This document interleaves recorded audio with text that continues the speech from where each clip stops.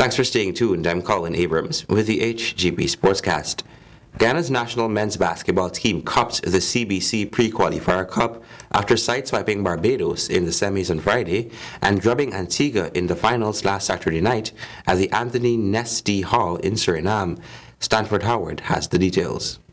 The Guyanese went through the tournament without losing a game.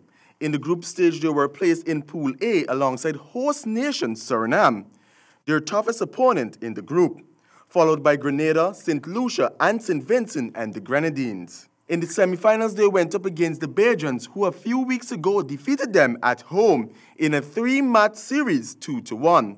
But last Friday night, the Guyanese got past the Bajans to reach the final 76-71.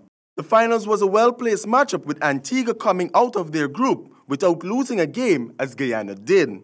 The Guyanese started out well in the first quarter as they secure a 6-point lead to end the first quarter 21-15.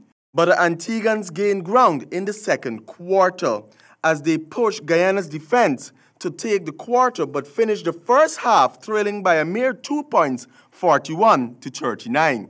In the second half, the Guyanese extended their lead in the third quarter and continued to dominate the Antiguans to take the finals 83-70. Captain Stanton Rose was the top performer in the finals with 23 points, 7 rebounds, 6 assists, and 2 steals.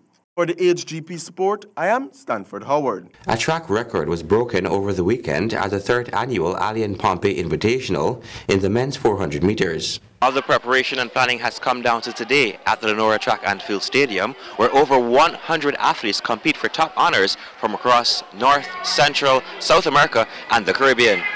Track and field enthusiasts at the Allian Pompey Invitational waited patiently for what was the most anticipated race of the day, the men's 400 meters. The race saw Ghana's star racer Winston George coming up against 2012 Olympic champion and 2016 Olympic silver medalist Kirani James.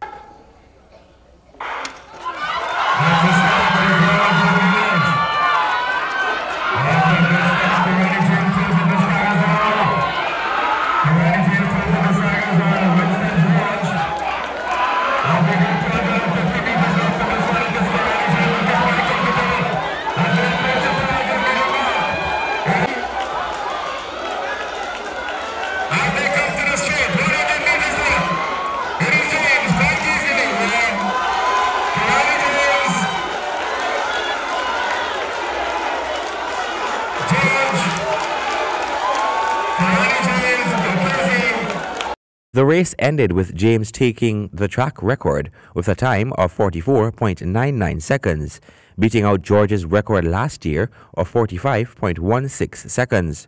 Following James was Nigeria's Chidi Ozeki, 44.97, and third Winston George, 43.13. Yes, some rain earlier, so that kind of affected preparation, but yeah, I'm happy. In the men's triple jump, Commonwealth gold medalist Troy Doris seemed to have had an off day while competing for the first time on home soil.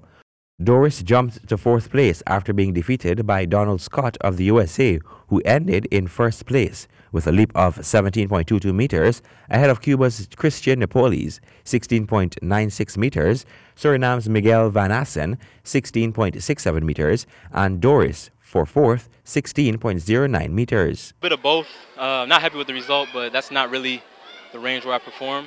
But all in all, I'm just happy to leave healthy after having that major injury at Commonwealth Games. It's been rough trying to get back and then hurry up and want to train for CACs and the AP invite. So yeah, I'm just happy to leave healthy, to be honest. Yesterday you would have defeated our very own Guyanese triple jumper. So how did that feel to actually make that happen? Yeah, Troy is a very good competitive jumper. It's like we always compete against each other in the indoors, outdoors. So it's pretty good just to come out here and jump against them. So. This was Doris's first meet since his injury at the Commonwealth Games. He says he plans to push his body to be able to regain full performance capabilities. Meanwhile, Emmanuel Archibald ran a blazing 10.29 seconds to win the men's 100 meters event ahead of Trinidad and Tobago's Cal Grew, 10.39 seconds, and Carlos Martinez of the Dominican Republic, 10.63 seconds. Grewwood, however, returned to win the men's 200 meters with a time of 20.43 seconds, while Martinez was second, 20.80 seconds, and Winston George came third in 20.87 seconds. More of the Alien Pompey Invitational in a subsequent newscast. And that is the end to a fantastic day here at the Lenora Track and Field Stadium for the Hgp Sports, Colin Abrams. South Royalville Secondary dominated Tugville Secondary in the girls' division in the ExxonMobil Under-14 school football tournament at the Ministry of Education ground on Saturday. In the boys' round of 16, Mariam Academy went down to St. George's Secondary in a penalty shootout. Stanford has the details. In the girls' second week of competition, 10 goals were scored. The first match of the day was between Dolphin and New Campbellville Secondary, with both teams looking to take the lead in the first minutes of play. It was Grace Jones who did so by opening Campbellville's account in the 9th minute. That being the only goal for that match, Campbellville walked away with the victory 1-0. The second match that was played simultaneously with the first match was a more eventful game, with South Royalville pulling out all the stops with a 5-1 victory over Tugville Secondary. Letitia Sutherland got things going for South Royalville in the 6th minute with an easy shot past the goalkeeper. Mere seconds later, Hixion London leveled for Tugville in the 7th minute. Amanda McKenzie gave South Royalville the lead in the 12th minute. Angela Denny, 4 minutes later, in the 16th minute, netted South's third goal.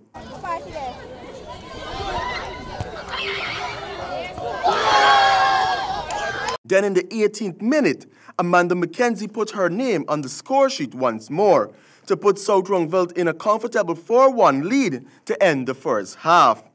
In just 2 minutes into the second half, McKenzie produced a hat-trick, the first for the girls' division in the 22nd minute.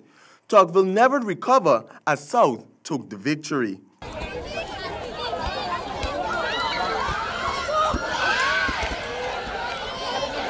In the other girls' game, East Royalville lost to Charlestown 1-0 and Virgin Nugent toppled Iflot 2-0. Here are the results for the boys' round of 16 matches.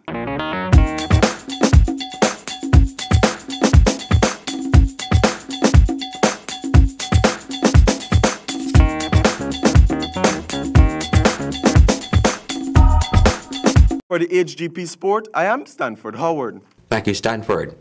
GFF enforces constitutional right and dissolves the Georgetown Football Association for failure to execute its mandate, despite the many interventions by the GFF to provide management guidance. The Ghana Football Federation has taken the step to appoint an interim management committee to manage the affairs of the Georgetown Football Association, which became effective June 29 until new elections are conducted in accordance with the constitution of the GFA. Because of the association's inability to reconcile the many challenges it faced over the last 2.5 years, football programs and initiatives were severely hampered, and this action became necessary.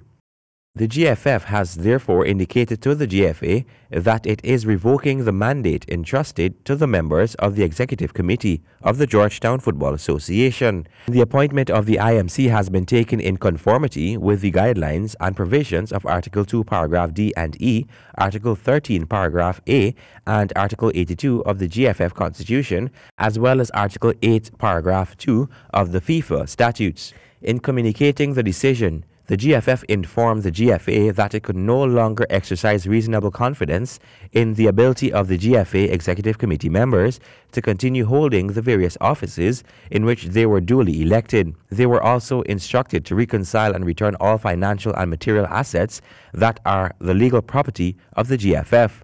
The members of the IMC will be announced in due course. For the Hgp Sports, Colin Abrams. And that has brought us to the end of this edition of the Hgp Sportscast. Remember, if your dream is big enough, the facts don't matter. Goodbye.